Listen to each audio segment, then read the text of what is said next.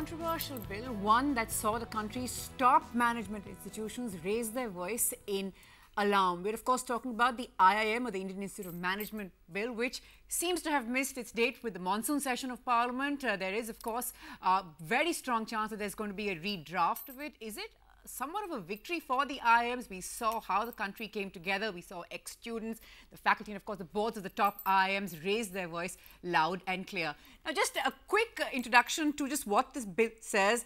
Critics have argued that the bill is aimed at the government taking much larger control of the IIMs. Remember, the IIMs known globally as one of the best institutions that India has created. Is that the ultimate aim? Of course, better quality and more access to all is supposed to be at the heart of the bill, but that's clearly not what everyone agrees with. So where does it go from here? How much control is too much control? Should there be any control at all? That's what we're looking at today. Let me introduce our very special panel. Dr. Bakul Dholakia, Director General of Institute of Management, International Management Institute, I beg your pardon. Also former Dean and Director of IIM Ahmedabad with us. Thanks so much, sir, for being with us. Saurabh Kochar, CEO at Food Panda, also studied at IIM Calcutta. And Ankit Doshi joining us from Mumbai. He's the founder of InsideIIM.com and also from IIM Indore. Thanks all so much for taking our time to speak to us. Dr. Dholakia, first to you. The big fear, of course, is will the IIMs become rubber stamps? Let us understand one thing, that at the inception stage, at the creation stage, an institution needs a lot more of guidance, supervision, oversight, etc. But as the institute grows, sets its objectives and decides in terms of its vision, that is when it begins to need more freedom. Now, the real problem is that the IIMs were always under the system of parliamentary control when they were created. Right. Memorandum of Association had a lot of clauses, but they were interpreted very liberally, and therefore the IIMs got a lot of freedom and autonomy in spite of significant funding by the government. And that is why Ahmedabad, Calcutta, Bangalore could achieve many of the things that they achieved. Just very quickly, sir, if I can ask you, when you sort of talk about as an institution grows and develops, then you sort of perhaps need to pull back on the controls. So would it be fair, like has been argued, that let the big IIMs, the IIM, Ahmedabad, Calcutta, Bangalore, for instance, leave them as they are. Don't question their autonomy. It's the younger fledgling ones that should be. Is that a fair assessment of what you're trying to say? That is a fair assessment. But the problem with an act is that everything everything falls under the same. So today there are 19 IIMs. Anybody who asks would say that all 19 should not be treated on par. The same. Autonomy without accountability has no meaning. Sure. You know that you raised an important point. I'm just going to come back to that in just a bit. But sort of as someone who studied at one of these top IIMs, the IIM Calcutta that's being spoken about here, I know that for a lot of students, you make it to this top institution and you're from IIT and IIM, the sort of very coveted combination. But I would imagine that there are so many ex-students who've got together, and it's been they've been described the whole thing as distressing, that look at what's happening, you are eroding the brand. You have a somewhat different take. I have a somewhat different take, yes, because I think there's a core which is the student, right? And the student needs the quality of the education, right, which needs to be covered. The student needs the finances to be good, because I myself, I've actually done IIT and IIM with education loan. Now, when I came in, I paid 4 lakh rupees for my entire MBA or PGDM for the 2 years. The same fees now is 20 lakhs. I can promise you, if I go back today, I cannot do it in my previous avatar. I wouldn't be able to afford it, and there would be no bank who will be banking 20 lakh rupees on me. We go through actually even higher rigor than most other institutes in these 2 years, and we end up with a diploma. So whereas it can be debated in every fashion, there is a difference when you get a degree and when you get a diploma. But do you feel on the ground, is it, if that diploma was called a degree, that things would have been any different really for you? I mean, if you look back? Actually, I argue the other way around, that if there is no difference, why the nomenclature? I'm going to get that's an important point, Dr. Dholakia. How would you respond? Because that's really been debated, that if, why is it a diploma, they are so good, etc., make it a degree. He's saying, yeah, but if there's no difference, then... Now, the whole point is, IITs were primarily an undergrad institution. Right.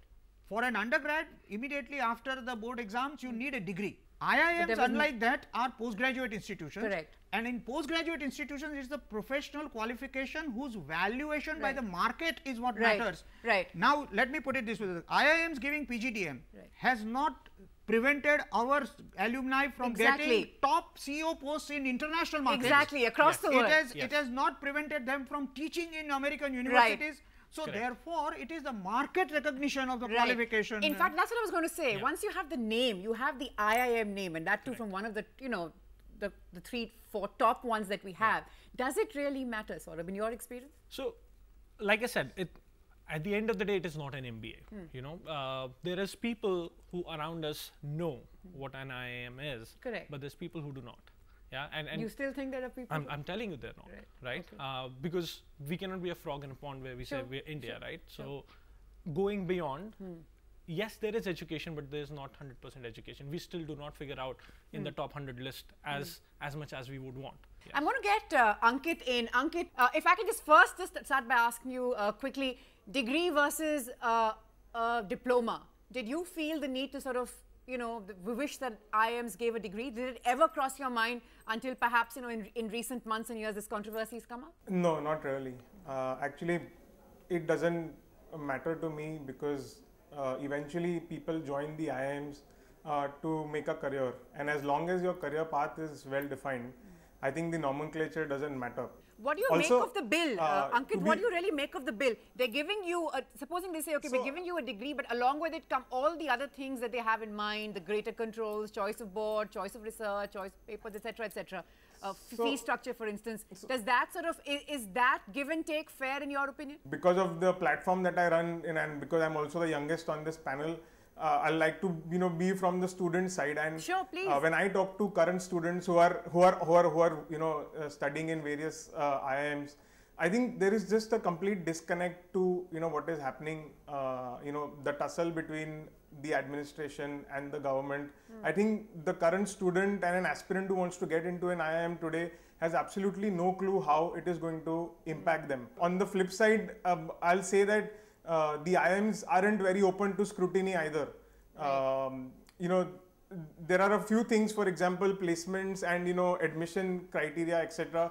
These are things which even if you file a lot of RTIs, the IIMs aren't very open to disclosing information. In fact, except for IIM Ahmedabad, none of the leading IIMs today are willing to give out their placement details to an external agency so that it can be audited. I'm just going to interrupt you there. You raised points that of course need to be answered immediately. Dr. Dholakia, his first point being the students are completely flummoxed by what's happening. They just don't understand. Is there something wrong in the messaging? Yeah, I think, let me put it this way. I mean, I can't help talking about IIM Ahmedabad because I completely understand. IIM Ahmedabad has believed in lot more communication and openness with all its stakeholders, which include the students. I wish the same was true about all other IIMs and particularly the newer IIMs. Right. The second important thing, I think this myth has to be demolished. Even in the old framework, IIMs did not have the freedom to fix salaries and pay scales of the faculty and staff. I see, okay. Therefore, there is no connect between the fees and the faculty salaries. Let us understand that. The faculty salaries are determined by pay commissions. IIM bill is not the price that one should pay for the monitoring of the fees. It should be the conscience of the board. In a bill, the IIM Act, you are going to have an overall coordination forum where all 19 IIMs, directors and all 19 IIM chairmen will sit on that committee and the minister for HRD and the state minister and the secretaries will all be part of that. Now, the unfortunate part is the decisions of that forum would have a uniformity in terms of application across, which is the real worry. I actually agree with that part that, I think it cannot be just the conscience because again, then it becomes individual driven. Things like fees, things like accessibility, need to be defined by contours. And those contours need to be absolutely certain that there is no profiteering happening there. Again, when you say come to define contours, again, it comes back to just who is going to be in charge of defining these contours. That's at the heart of this battle. I mean, everything's about government control. Take government control out of everything that you're looking at. I mean, they're going to be, will, according to the draft bill, have control when it comes to recruitment, enrollment, compensation, and research. Recruitment, of course, being also to the board, which I know that there's, for instance, you seem to think that, you know, the board, at the end of the day, the role is limited and therefore doesn't impact the student. I know that Dr. Dholakia disagrees. Quickly, I'm going to just get you quickly before I get Ankit and Saurav. Okay, so I think, yes, the board sets the direction, but unfortunately, what happens on the ground is generally far removed.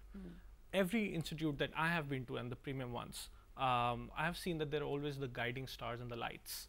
There is always the leadership risk that you are running with regard to any organization, and that is regardless of the legislative framework or the kind of systems of control that you have. There is no remedy for a bad choice of the leader of an institution.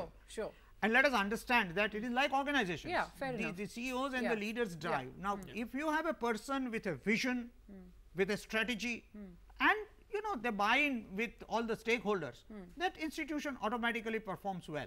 So, whatever Saurav is talking about, these are all related to that. We are not addressing the issue of the leadership crisis that we have in the education field. That, you know, we want to create so many new institutions. But and that's something I want to look at very closely. We want to create so many. We have 19 and God knows how many more we are going to have in the next couple of years. Is that the way forward? I mean, we've barely resolved what we have at present. We're still trying to get beyond the 3 or 4 top IIMs. We're still trying to get the others up to scratch. We're still saying that where are they? I mean, are they already eroding the brand value of the IIMs? Will the IIM name still matter, or will it come down to the top 3 or 4 that matter and the others will just be relegated to so many institutions in the country? Do we need to focus on bringing them up to par first? We're looking at that after this quick break.